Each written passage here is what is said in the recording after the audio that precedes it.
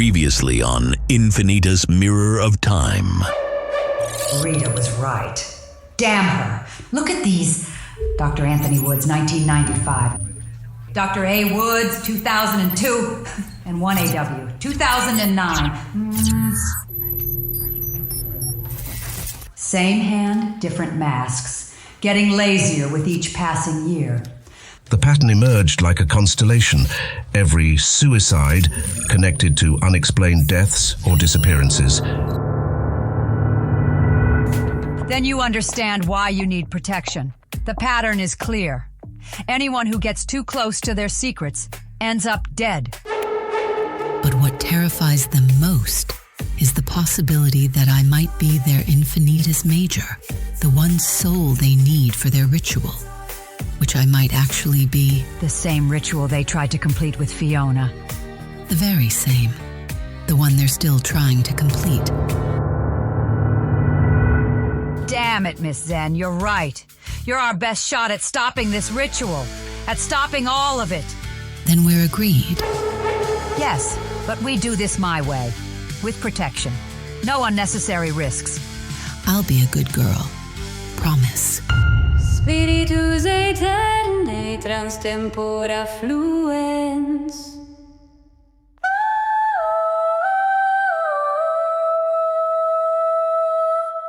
Infinitas, infinitas, per eternum vivimus. Infinitas, infinitas, nunquam moriemur.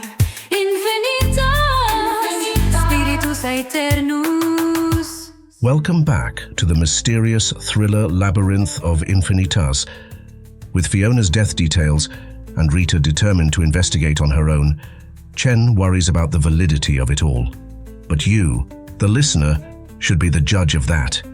You already know this audio drama is based on the book of the same name by Mário Portela. But did you know it's available worldwide on every Amazon store? And did you know that at least a full trilogy of books is already available? If Infinitus has captured your imagination, be sure to subscribe so you won't miss a single twist.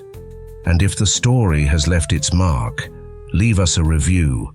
Your feedback helps illuminate the path forward and gives voice to the mystery. Thank you for lending your ears and your nerves to this unfolding enigma. The labyrinth deepens, and this time, the past speaks. Enjoy the show and share it. Infinitas, per eternum vivimus. Infinitas, nunquam moriemur. Infinitas, spiritus aeternus. Vita post vitam, lux post tenebras. Semper resurgimus.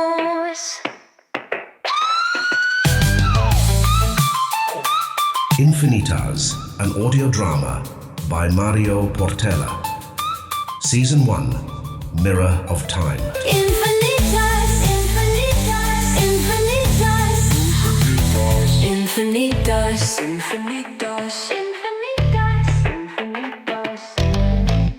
infinitas, infinitas.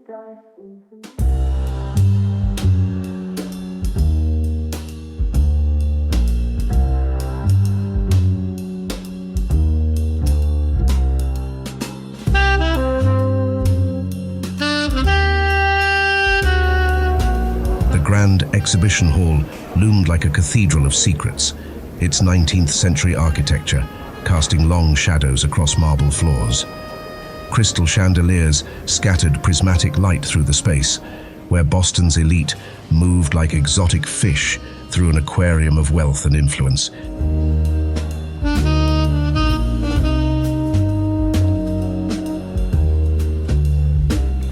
Hidden behind mahogany wainscoting, a network of staff corridors wound like arteries through the building's bones. These secret passages connected not just rooms, but buildings, snaking beneath Back Bay streets toward the infamous Eccentric Mansion next door. The symphony of conversation fell silent as Victor Starr entered. His obsidian suit seemed to absorb light itself. making him appear both solid and ethereal as he moved with the calculated grace of a chess master. The Laurent collection exceeds expectations. The crowd parted before him like waves.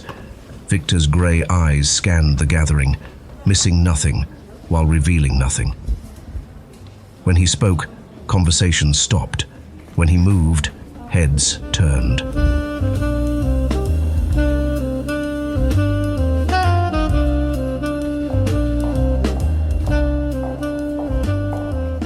But then, a new player joined the game. Rita Cruz Blackwood crossed the threshold, her burgundy lace catching the light. Emeralds winked from her corset as her platinum bob created a halo in the chandelier's glow. The pocket watch at her waist swung with each step, its chain catching reflections. Each timepiece responds differently as I pass. The grandfather clocks steady their pendulums, the mantle clocks chime off schedule. Even the digital displays flicker. 3 guards positioned at the north entrance. 2 more by the private gallery access. Monitoring systems show a 15-second blind spot near the Laurent display case. Victor's path curved with deliberate precision until he stood before Rita.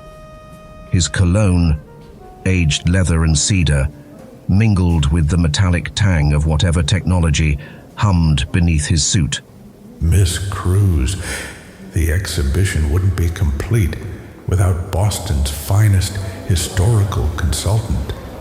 That's quite the piece. Victorian? Not quite.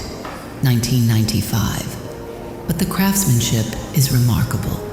I suspect your collection holds far more interesting artifacts. Centuries of hunting, centuries of pain, tracking souls that dance through time's refrain, each lifetime marked, each memory traced, a predator's pursuit, relentlessly chased. I am the collector of forgotten dreams, the architect of souls, torn at the seams, fragments of lives, scattered like dust, memories bleeding, breaking their trust. One final soul remains, the last of her kind, the infinitus. My ultimate find. Perhaps you'd allow me to show you some of our more exclusive pieces. We have a rather unique timepiece in the private gallery, said to belong to a woman who could walk through centuries. How fascinating. Though I find it's rarely the objects themselves that hold the most intriguing stories. Indeed. It's the people who possess them, their secrets, their abilities. They moved through the crowd, a dance of predator and prey, though neither was certain which was which. Rita's cameo pulsed warm against her throat, its hidden sensors mapping the room's layout. My ultimate find.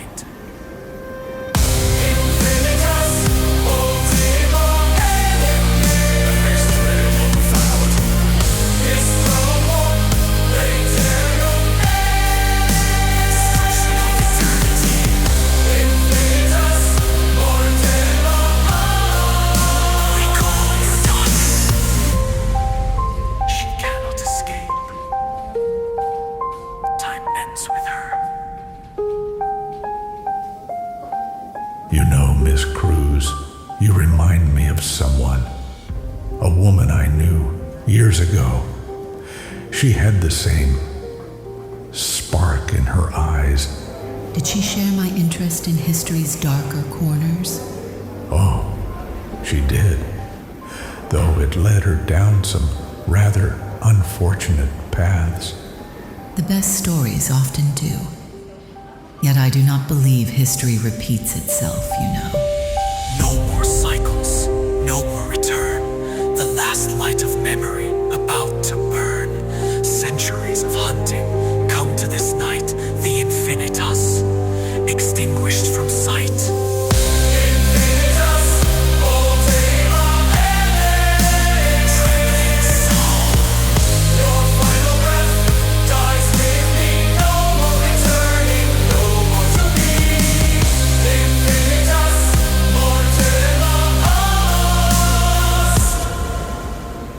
Victor's thumb brushed the silk of her sleeve, his grip just slightly too firm.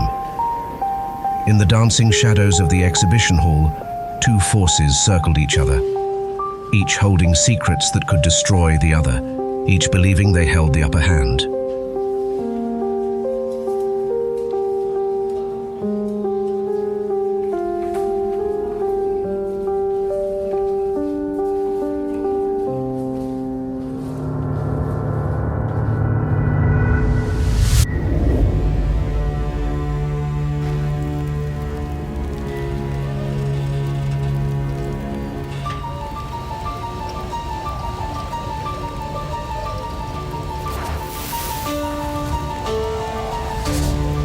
Shadows pooled between the exhibition halls and Eccentric Mansion, where brick walls formed a narrow corridor. Steam rose from ancient grates, catching the neon glow of holographic advertisements that flickered across weathered stone. Hidden in this urban decay, a black van sat wedged between dumpsters, its unremarkable exterior concealing a high-tech surveillance operation within. Inside, blue screens bathed Detective Chen's face in ethereal light as she monitored multiple feeds.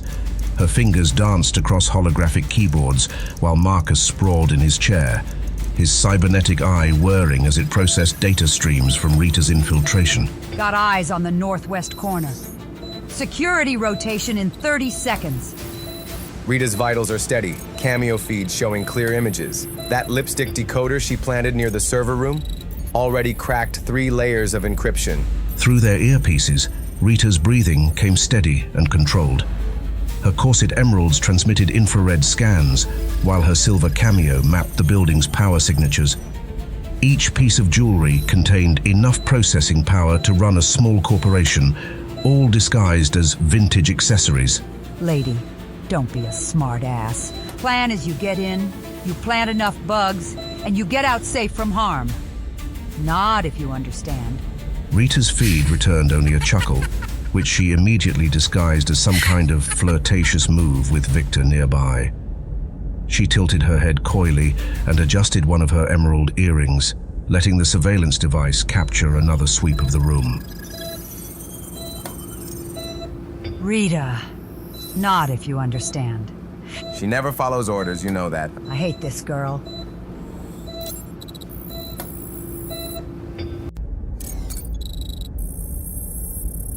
All right, boss lady, Victor's occupied with the mayor. Time to make our move.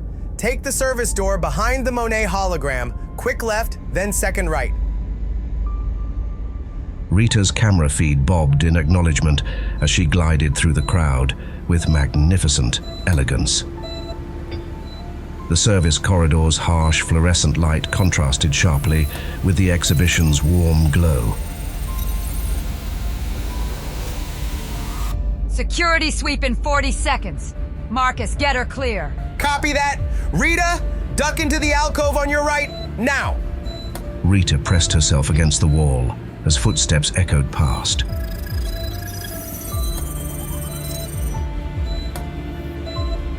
Her breath came in controlled whispers as she located the control panel and planted the scrambler with surgical precision.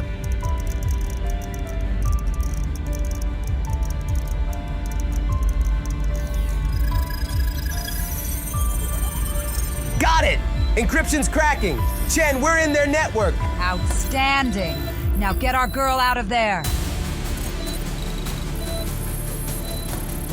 But Victor's polished shoes were already clicking against marble as he approached Rita, the sound echoing through their earpieces like a metronome, counting down to disaster. Miss Cruz, you simply must join me for the unveiling. I've saved you quite the special seat. Don't you dare. We got what we needed. Exit's clear. Get out. How thoughtful, Mr. Starr. Though I must admit, your particular brand of hospitality makes me wonder what strings might be attached. Rita, this is way off protocol.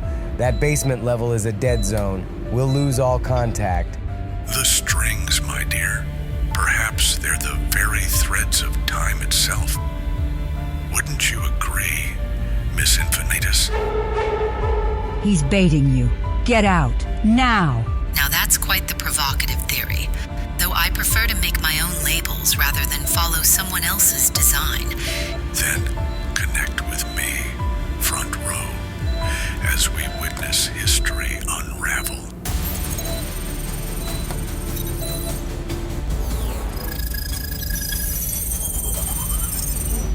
Multiple heat signatures converging on the exits. They're boxing her in. Challenge accepted, Mr. Starr, though I suspect we have rather different definitions for history in the making. God damn it! She's going to get herself killed! Vital signs elevated but stable. She's actually going through with this. The audio feed crackled with the sound of Rita's heels striking marble as she followed Victor deeper into the exhibition halls. Each step echoed like a hammer striking a coffin nail. Marcus, what happens when she goes down there? We lose everything except audio. No vitals, no video feed, no location tracking. Place is shielded better than a military bunker. Everything. There has to be something. Just her voice. That's all we'll have. She can't go down there alone. Chen's breath hitched as she pressed her palm against the van's wall, her jade pendant swinging free from her collar. Her other hand had unconsciously risen to touch her lips. Dark eyes fixed onto Rita's video feed, as if memorizing every detail. Detective... Don't! Just keep that audio feed running, no matter what. She looked away, but not before Marcus noticed the glimmer in her eyes. Her hand quivered as she repositioned her earpiece, making sure she wouldn't miss a single word from Rita's transmission, as she descended into the unknown depths below.